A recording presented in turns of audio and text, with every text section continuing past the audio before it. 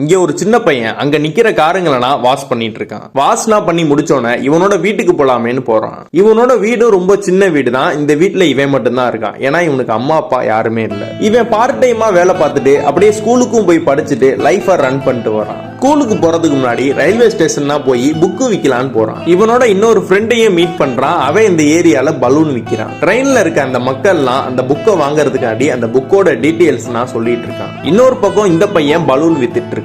அந்த ரெண்டு பேருமே அங்க உள்ள எல்லார்ட்டையும் போய் வாங்கிக்கோங்கன்னு சொல்றாங்க. ஆனா அங்க உள்ள யாருமே இவங்களை கண்டுக்கவே மாட்டாங்க. அங்க சீட்ல உட்கார்ந்து இருக்க ஒரு ஆள்கிட்ட போய் பலூன் வேணுமான்னு இந்த சின்ன பையன் கேட்கிறான். அதுக்கு அந்த ஆளு எனக்கு இதுனா வேணான்னு சொல்லி ரொம்ப கோவமா அனுப்பிடுறாரு. அதுக்கப்புறம் இந்த பையனை அவங்கள்ட்ட வந்து புக்கு வாங்கிக்கோங்கன்னு சொல்றான். வீட்டுல சின்ன குழந்தைங்களுக்கு வாங்கி கொடுங்கன்னு சொல்றான். என்கிட்ட இருக்கிற புக்கை வாங்கிக்கோங்க, ரொம்ப நல்லா இருக்கும்னு சொல்றான். அதுக்கு அந்த ஆளு வேணான்னு சொல்றான். இந்த சின்ன பையனும் வாங்கிக்கோங்கன்னு கெஞ்சுறான். அதுக்கு அந்த ஆளு கோவமா அந்த புக்கை புடுங்கி இந்த புக்ல இருக்கிற ஒரு சென்டென்ஸ் நீ படிச்சிரு, உன்கிட்ட இருக்கிற எல்லா புக்கையுமே நான் வாங்கிக்கிறேன்னு சொல்றான். அதுக்கு அந்த சின்ன பையனும் என்ன பண்றதுன்னு தெரியாம தயக்கமா வேணாம் சார் விடுங்க சார்னு சொல்றான். அந்த ட்ரெயின்ல உள்ள எல்லா மக்களுமே அந்த பையனவே பாக்குறாங்க. அதெல்லாம் பார்த்த இந்த பையனுக்கு அந்த புக்கை வாங்கி ஒண்ணு விடாம அதுல இருக்கிற எல்லா வார்த்தைகளையும் சரளமா வாசிச்சு காட்டுறான். அதெல்லாம் கேட்ட இந்த ஆளு ஆச்சரியமா பாக்குறான். அந்த பலூன் வித்த அந்த பையன் வந்து நமக்கு ஸ்கூலுக்கு டைம் ஆச்சு வாடா போலான்னு கூட்டிட்டு போறான். ஒருத்தவன்ட்ட இருக்கிற அந்த ட்ரெஸ்ஸையும் அவன்கிட்ட இருக்கிற அந்த ஸ்டேட்டஸையும் வச்சு ஜட்ஜ் பண்ணாதீங்க.